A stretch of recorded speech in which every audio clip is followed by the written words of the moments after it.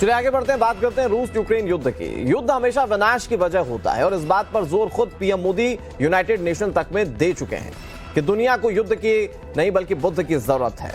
लेकिन रूस यूक्रेन जंग फिलहाल उस दौर में पहुंच चुका है जो किसी भी वक्त दुनिया को महाविनाश की तरफ धकेल सकता है। खतरा है परमाणु युद्ध का। खास बात यह है कि जंग को शांत करने के बजाय कुछ देश उसमें आग में घी डालने में लगे हुए हैं, उसे भड़काने में लगे हुए हैं। पुतिन अब जीत के लिए परमाणु हमले की हद तक जाने को तैयार बैठे हैं। वहीं पश्चिमी देश भी नाटो से कह रहे हैं कि यूक्रेन को अब रूस के भीतर अहम सेंटर्स पर हमले की इजाजत दी जाए और अगर ऐसा हुआ तो एटॉमिक तबाही आना तय है।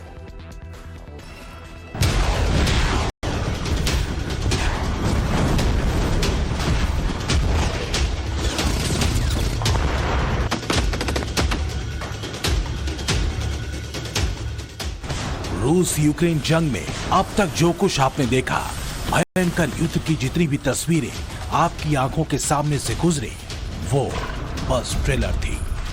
क्योंकि अब जो होने जा रहा है वो पुतिन के परमाणु प्लान को एग्जीक्यूट करने की गारंटी बन जाएगा।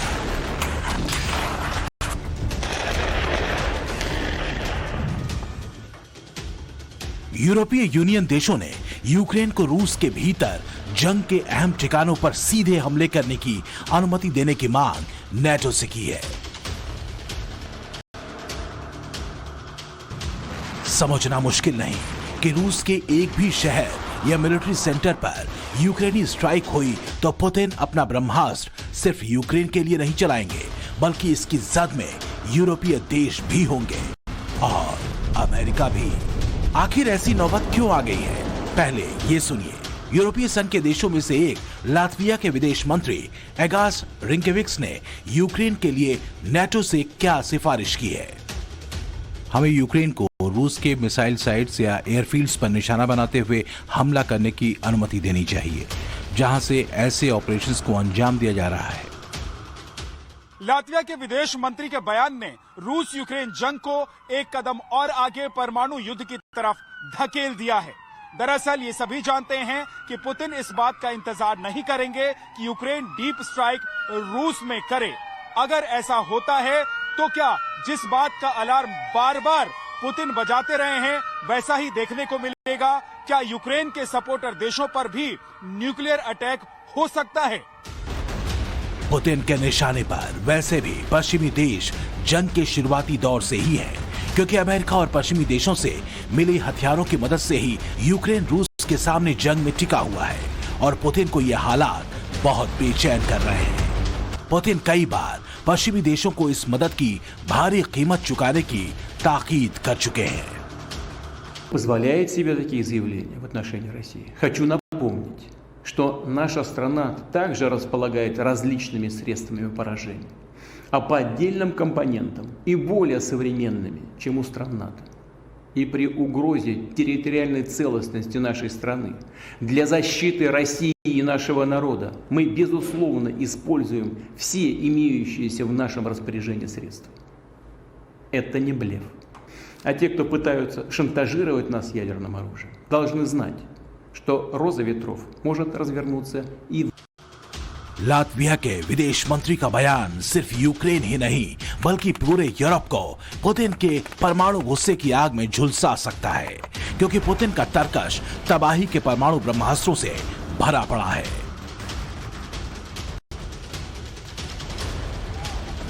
रूस के पास अमेरिका तक मार करने वाली सरमट और यार्स मिसाइल तो है ही, 8,300 किलोमीटर दूर तक तबाही मचाने वाली सबमरीन लॉन्च्ड मिसाइल सिनेमा भी है। इन सब के अलावा रूस के पास करीब 2000 टैक्टिकल परमाणु हथियार भी हैं। ये न्यूक्लियर वेपन कई तरह की मिसाइलों में इस्तेमाल किए जा सकते हैं।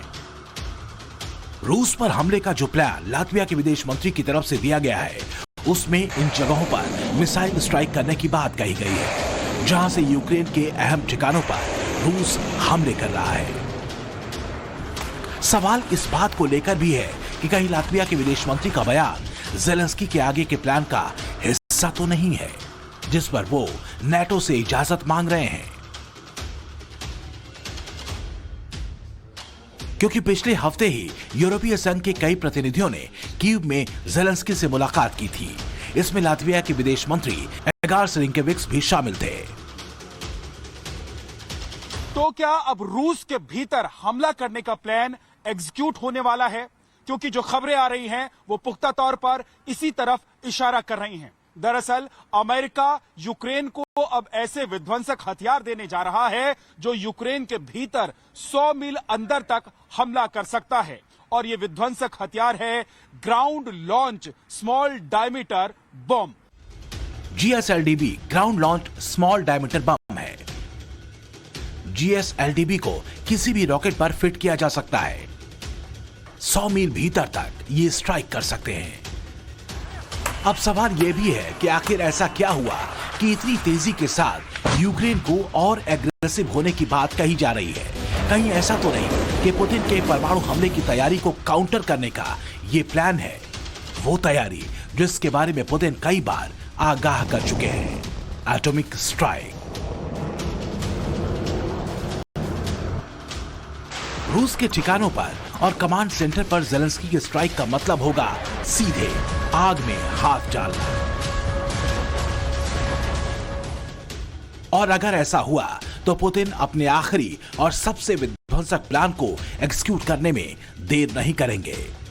और तब जाहिर है पुतिन का टारगेट सिर्फ यूक्रेन भर नहीं होगा, बल्कि पुतिन के गुस्से को भड़काने वाले यूरोपीय संघ में शामिल देश भी उनके निशाने पर होंगे।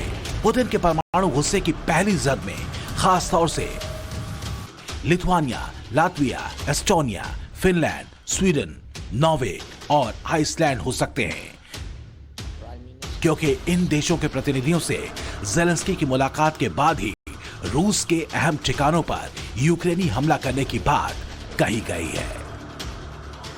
पुतिन एक बार नहीं बल्कि कई बार पश्चिमी देशों और अमेरिका को यूक्रेन की मदद को लेकर धमका चुके हैं और इस अल्टीमेटम का फाइनल ट्रिगर होगा एटॉमिक वॉर।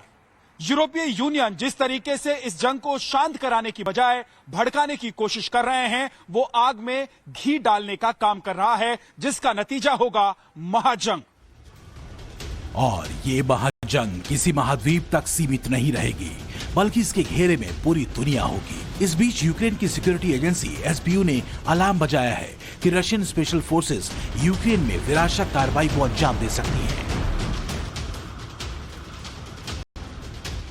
हालांकि यूरोपीय देशों और नाटो के रूस को लेकर बेहद एग्रेसिव मूव्स बता रहे हैं कि पुतिन के न्यूक्लियर बटन दबाने से पहले कुछ बड़ा धमाका हो सकता है। अभी पिछले दिनों ही नाटो महासचिव जेन्स स्टोलनबर्ग अपना इरादा जता चुके हैं। Cannot let Putin win. This would show authoritarian leaders around the world that they can achieve their goals by using military force and make the world a more dangerous place for all of us. So it is in our own security interests to support Ukraine. बात अब tanks, missiles और हवाई हमलों से आगे बढ़ चुकी है। 9 महीने से ज्यादा वक्त बीतने के बाद भी बारूद का सुलगना कम नहीं हुआ है।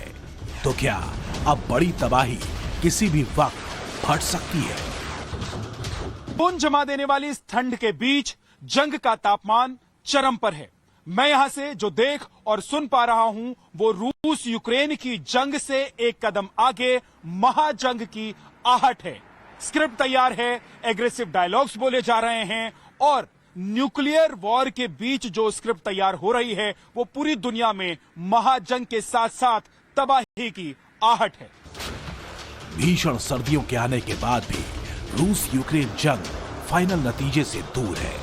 यूक्रेन के करीब 1 लाख सैनिक इस जंग में शहीद हो चुके हैं, पर ये काफी नहीं, क्योंकि पुतिन को जवाब रूस में देना है और लाजवाब होने से बचने के लिए जरूरी है एक फाइनल प्रहार।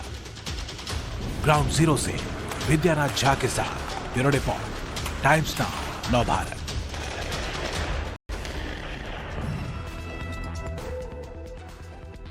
और यहां रुक रहे हैं एक बहुत छोटे से ब्रेक के लिए, लेकिन ब्रेक के उस पार भी टाइम्स नाउ नव भारत पर खबरें लगातार जारी हैं।